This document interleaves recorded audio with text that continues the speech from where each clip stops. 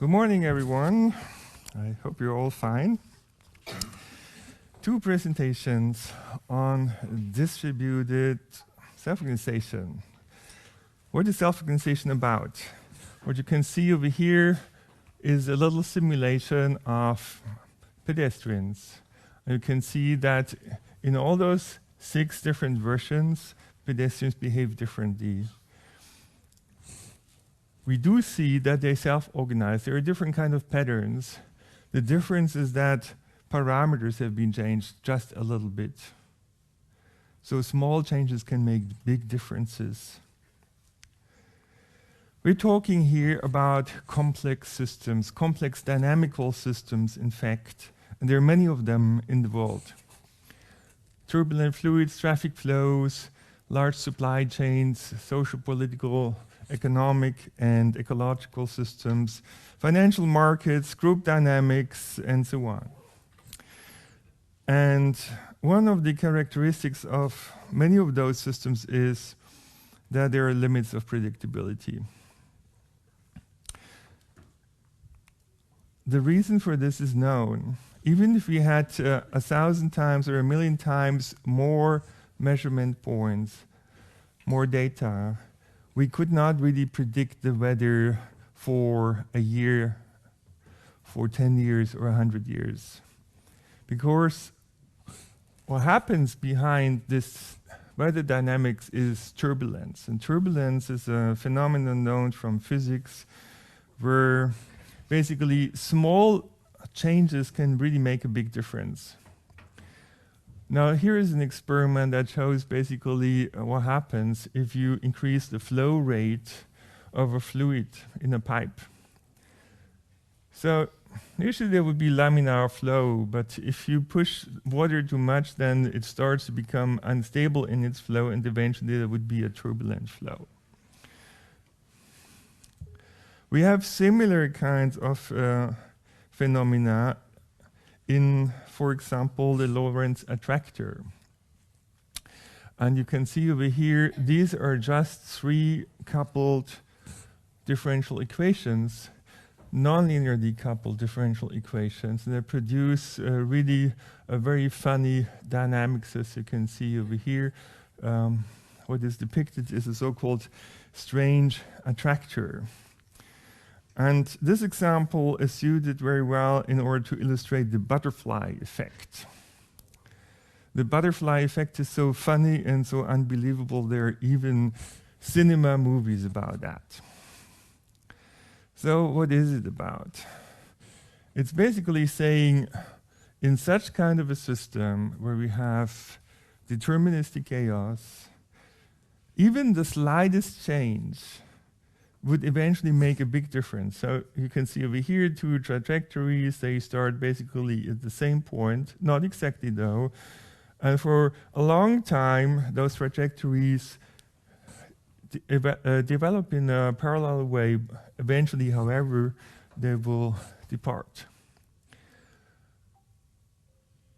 And that creates this funny situation that in principle, the flapping of the wings of a butterfly could create a storm a couple of months later on. It's hard to believe, I know, but mathematics suggests that such a thing should exist. And to make it even more astonishing, I show you a mechanical system which is really behaving in a deterministic way.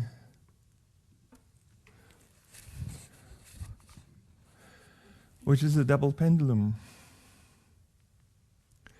And if you look, what happens is, it's really astonishing. We have actually 3 double pendulum. They're starting at very similar original locations. And for a long time, you don't even see the difference. Now it's eventually departing from each other, but still those pendula behave in a parallel way. Not anymore.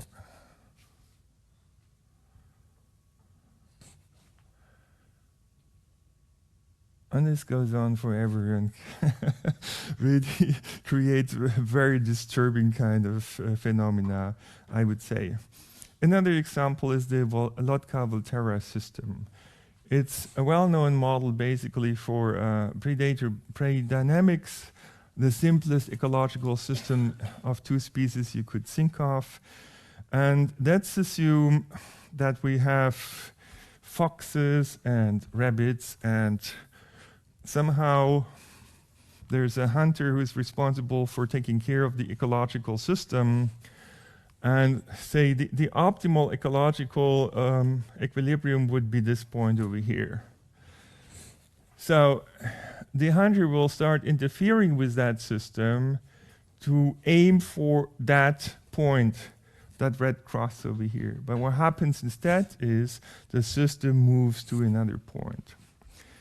So as you try to control it, in a sense you lose control. You don't achieve your goal. So these are just some surprising observations made for complex dynamical systems. Complex dynamical systems are a daunting class of problems.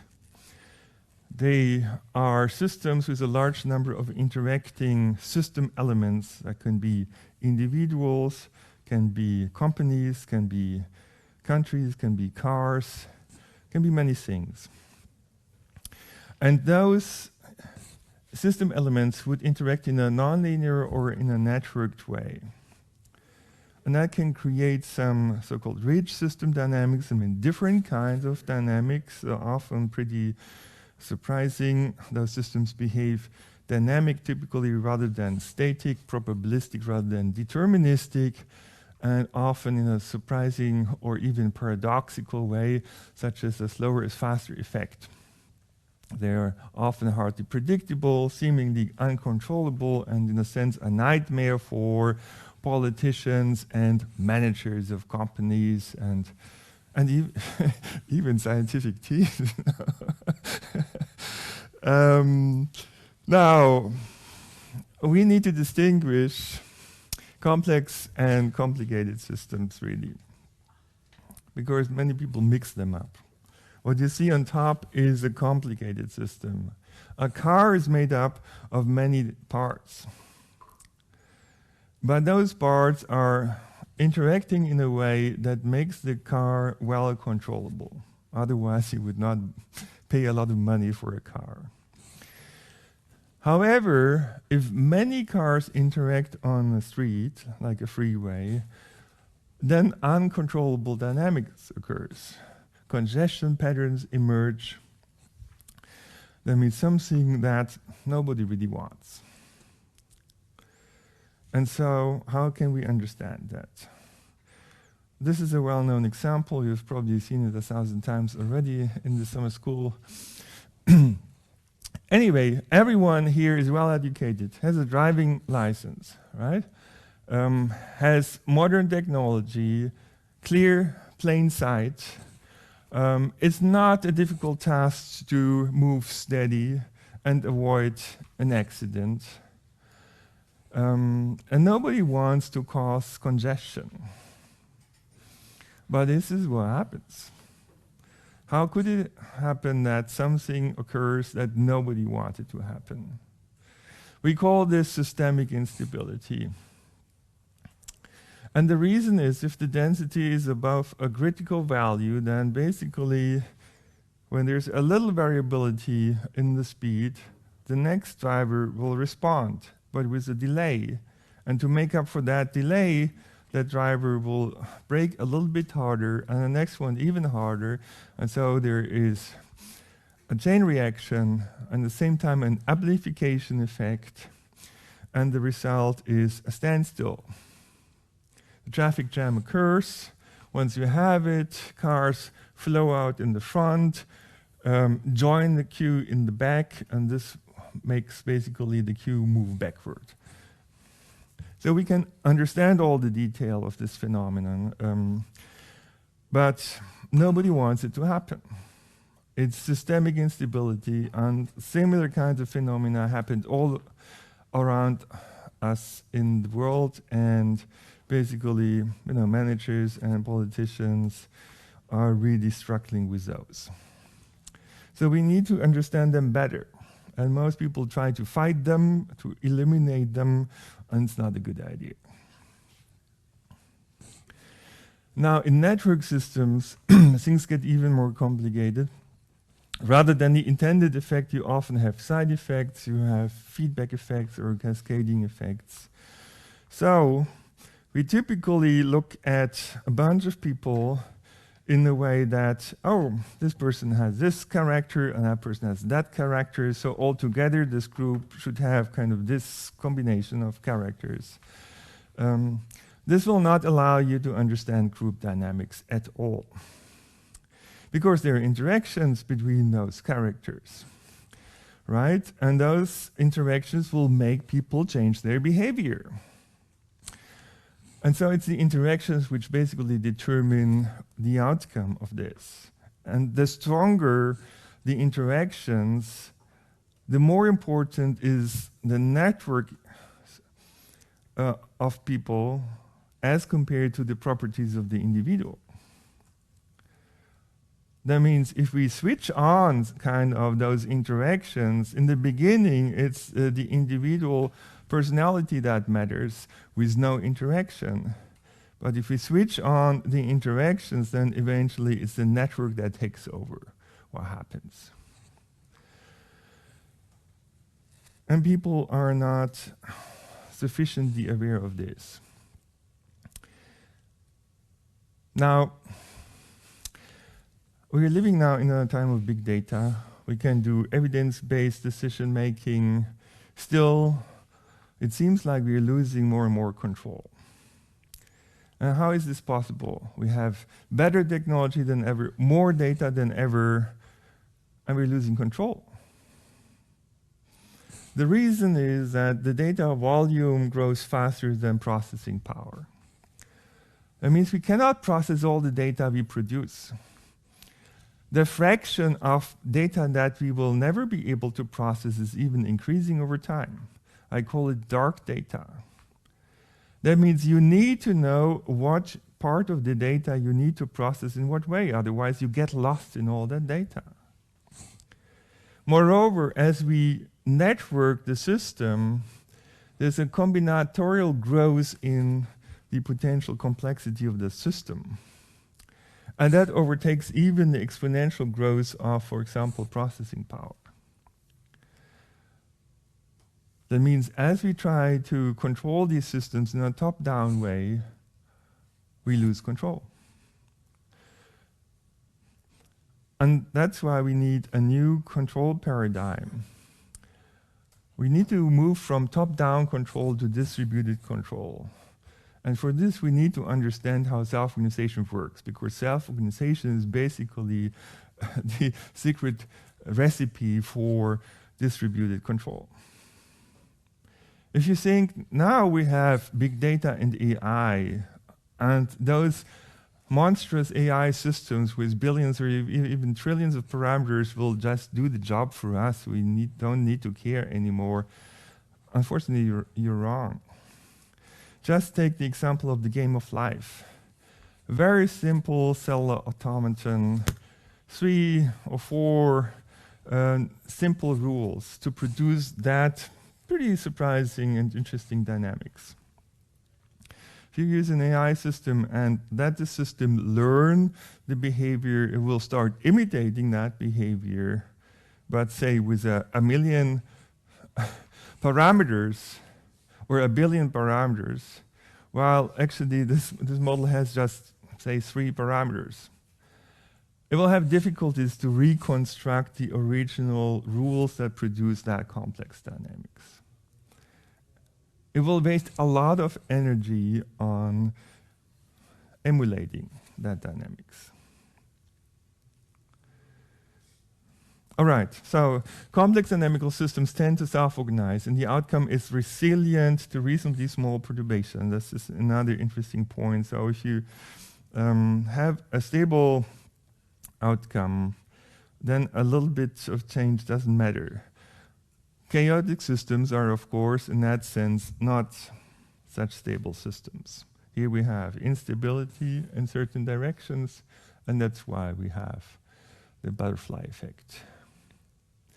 Now, importantly, our brain, our immune system, ecosystems and societies are all complex, dynamical, self-organizing systems. So living systems, the wonder of life, they're all based on self-organization.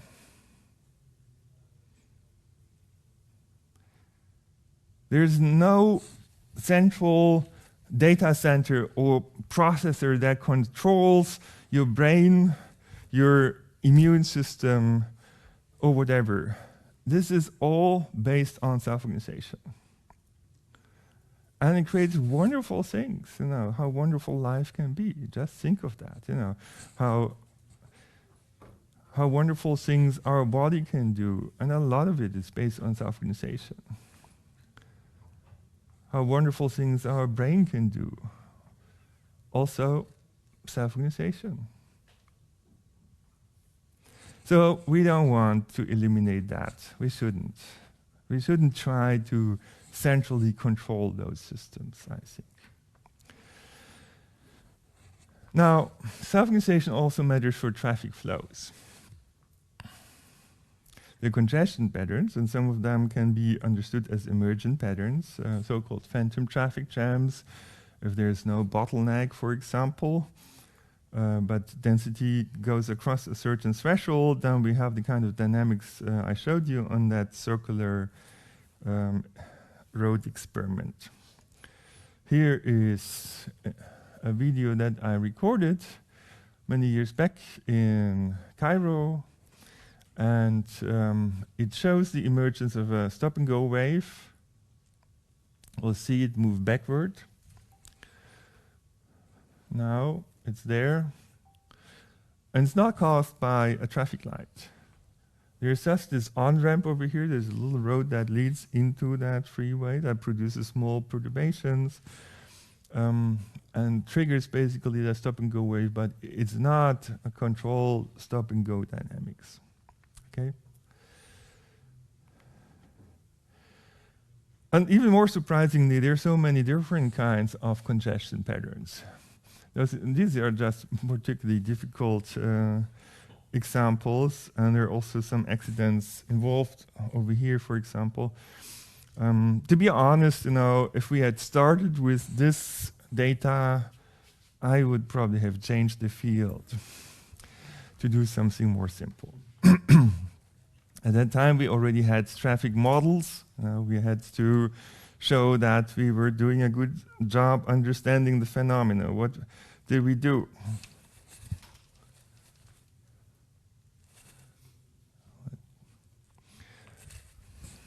We basically tried to identify elementary congestion patterns, such as physicists were trying to identify elementary particles and make up everything. And we found localized clusters, moving localized clusters. We found stop-and-go waves. We found oscillating congested traffic, and we found homogeneous congested traffic. And then, of course, the question is, with so many different things can happen, when would what kind of traffic congestion happen? Can we understand that? And in fact, we came up with computer simulations of a freeway with an on-ramp. And we were able to produce patterns that look pretty similar to what I showed you before in empirical data. So here again are the empirical data.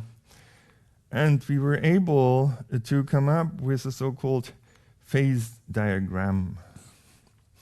Phase diagram here shows basically what kind of traffic is expected according to theoretical considerations when there's a certain upstream flow on the freeway and there's a certain inflow over the ramp, or bottleneck strength. That's the capacity that the cars take away that come from the ramp. And the sum of both determines the downstream flow of a freeway with an on-ramp.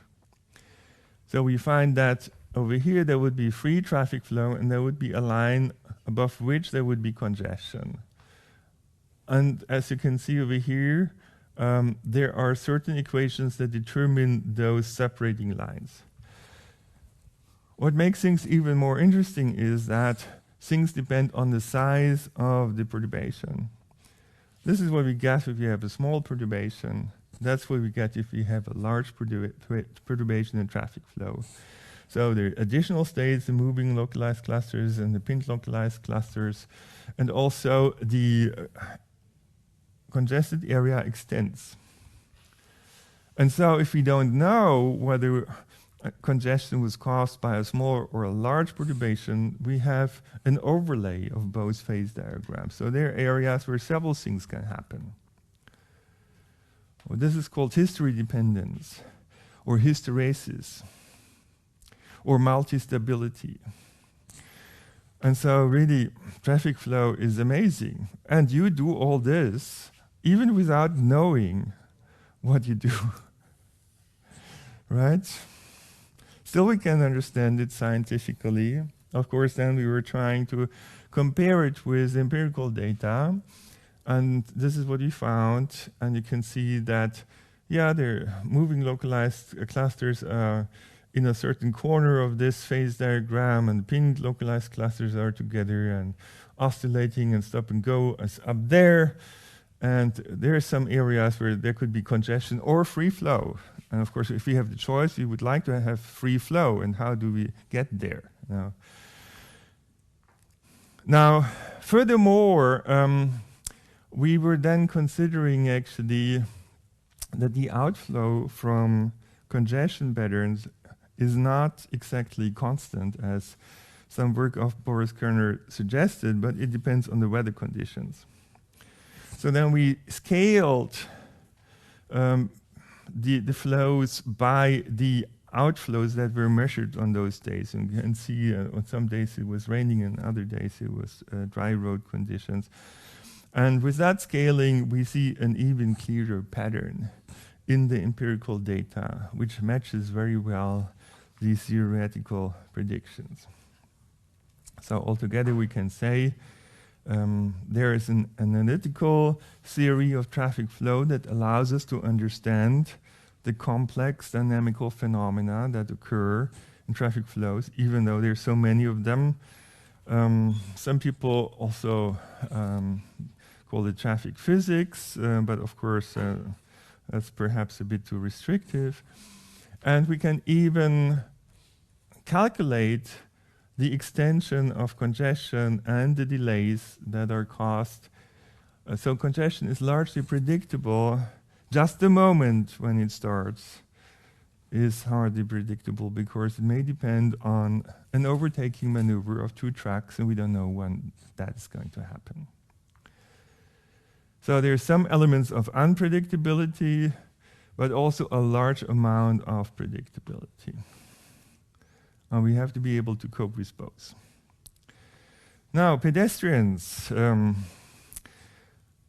Who knows this intersection over here? Yeah, it's a really amazing traffic intersection. I've been there as well. And yeah, pedestrians also do interesting things. And in particular, they also self-organize. And most people are not aware of that.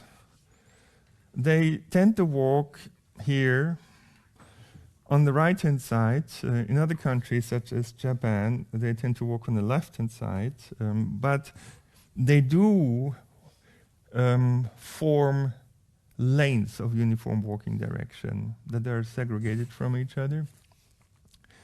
And I've observed that in many different cities, the lane formation phenomenon, and can be simulated, and you've probably seen that also many times. And I was working on that already many years back. I don't even want to let you know how many years back.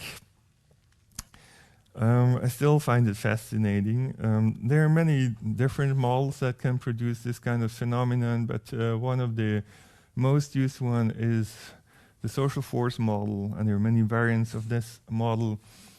It basically consists of two equations, an equation of motion and an acceleration equation. And the important point, which makes it basically a force model, is that the acceleration is assumed to be approximated by the superposition of different forces. One of them would describe the adaptation of the actual velocity to a desired velocity in desired direction of motion within a certain relaxation time. And there would be interaction forces with other pedestrians and with walls, and also random effects, of course. And this allows to understand not only the lane formation, but also oscillatory flows at bottlenecks. So basically, while one side is moving through that bottleneck, on the other side, more and more pedestrians aggregate, and they start pushing more and more towards that door, stop that through flow, and then the tide turns, flow direction changes, and so it goes back and forth based on pressure that builds up and is relieved. It's a self-organization phenomenon. While in many situations self-organization works nicely, however, in some situations it can cause disasters. Crowd disasters. Sadly, in India, just another crowd disaster happened. I was shocked to hear about that. We know a lot more about crowd disasters, how they happen, and how they can be prevented. And in particular, one of the unexpected observations that we made in a data set that we got was that there was a transition from a smooth laminar flow to stop-and-go flow under certain conditions that we can quantify and understand. So here you can see it a bit better.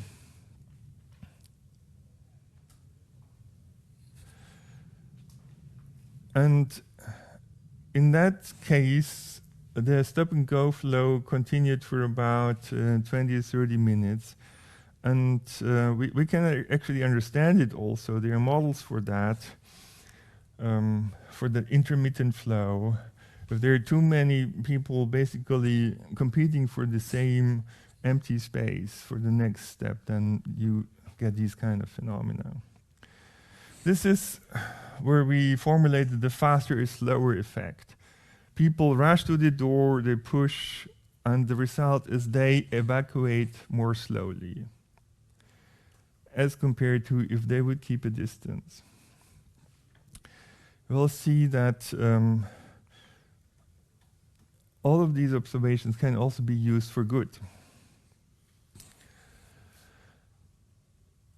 After those 20 to 30 minutes of stop-and-go flow, there was another transition from stop-and-go flow to a turbulent kind of flow where people were pushed around in all possible directions. The density was so high that they were experiencing forces from other people, unintentionally so, I suppose. And people were falling to the ground, and the equilibrium of forces was broken. Other people fell on top, and that created a crowd disaster. Some people also call it the black hole effect. Once you have a hole in the crowd, in such a dense crowd, then you have this cascading effect. And it can be disastrous. It happened in many places of the world, including Germany. At the Love Parade back in 2010 in Duisburg, for example. This was the festival area. And there were attempts to control the flow by police cordons. It didn't work. It makes things even worse. So rather than gaining control, they were losing control.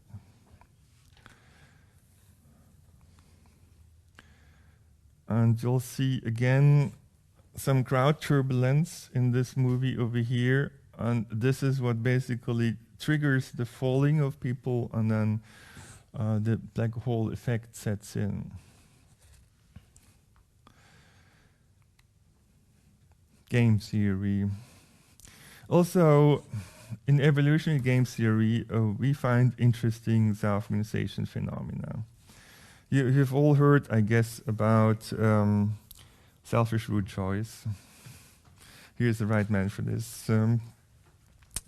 And there is Bayes' paradox. So surprisingly, if you add this road in the middle, it will increase travel times, even though you have more capacity, it seems. And so the question is, how can you overcome it? And of course, there are attempts to come up with control systems.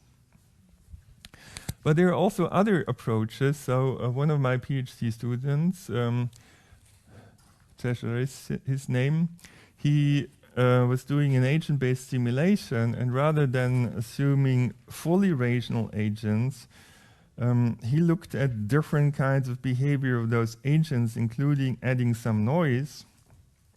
And it turns out that this actually improves performance of the system. So less rational behavior, less selfish behavior is smarter in a sense for the system altogether. Now also the social force model can actually be formulated as a game theoretical problem, as a differential game. This is work of Serge Hogendorn and Pete Bovey. Unfortunately, Serge is not here. Anyway. We have been looking at those lane formation phenomena, and what I said is that in many countries there's a preference for one side. Over here in Europe, we typically see a preference for the right-hand side, and the question is, why does that happen? And why does it happen that in other countries, such as Japan, there's a preference for the left-hand side? So we've been looking at this problem from a game theoretical perspective. And obviously it's a coordination problem. So there are two players in a sense. We have two options, two behaviors, two strategies, either go left or go right. It turns out that if both go left,